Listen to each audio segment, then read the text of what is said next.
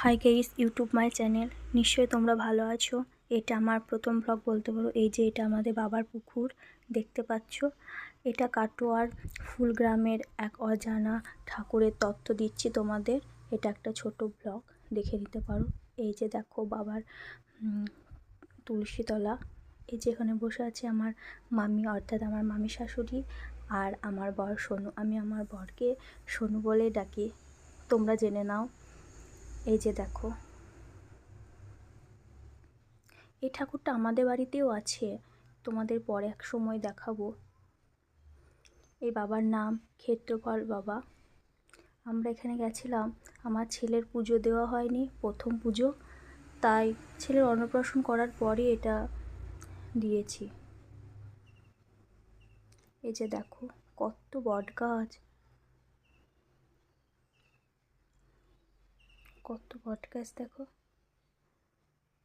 অনেক সুন্দর জায়গা এটা। এই যে এখানে দাঁড়িয়ে আছে আমাদের মা আমার পুচকিকে নিয়ে। এটা আমার শাশুড়ি মা বলতে পারো। আর ওই যে ঠাকুরের মূর্তিটা আস্তে আস্তে দেখবে, দেখো।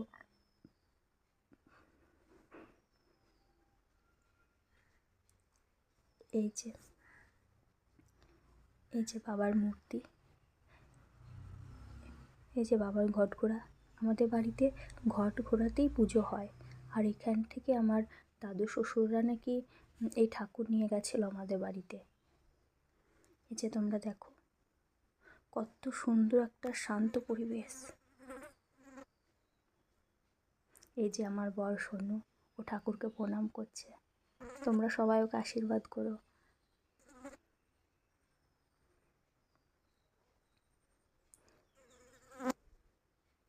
তোমরা পারলে এক সময় গিয়ে দেখে এসো, খুব ভালো লাগবে। খুব সুন্দর জায়গা, কত বট গাছ, বাবাকে পুরো ছাতার মতন ধরে রেখেছে, দেখো।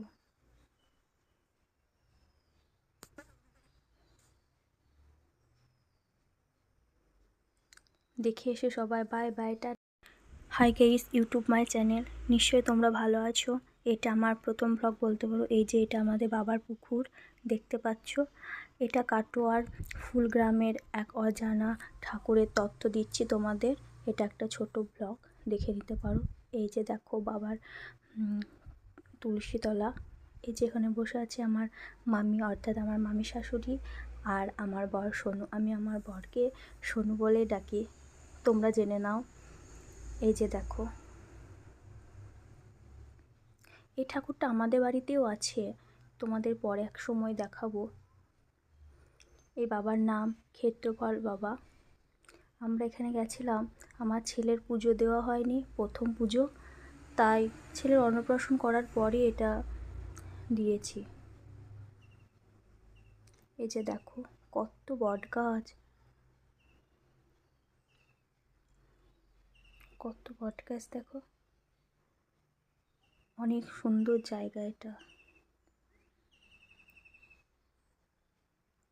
এই যে এখানে দাঁড়িয়ে আছে আমাদের মা আমার পুচকিকে নিয়ে।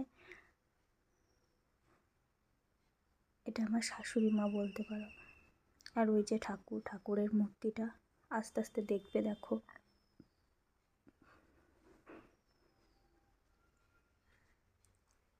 এই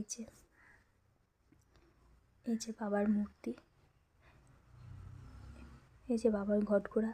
আমাদের বাড়িতে ঘটঘোড়াতেই পুজো হয়। আর এখান থেকে আমার দাদু শ্বশুররা নাকি এই ঠাকুর নিয়ে গেছিলো আমাদের বাড়িতে।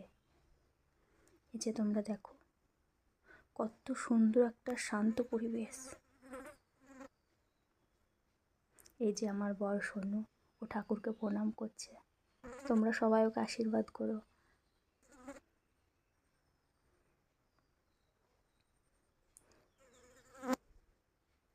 তোমরা পারলে এক সময় গিয়ে দেখে এসো, খুব ভালো লাগবে। খুব সুন্দর জায়গা, কত বট গাছ, বাবাকে পুরো ছাতার মতন ধরে রেখেছে, দেখো।